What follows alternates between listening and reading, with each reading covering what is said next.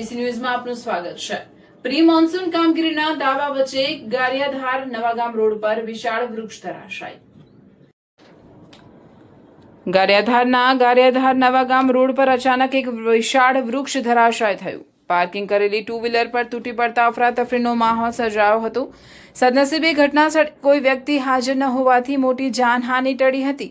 ઘટનાએ pre monsoon કામગીરીની અસરકારકતા સામે સવાલો ઊભા કર્યા છે।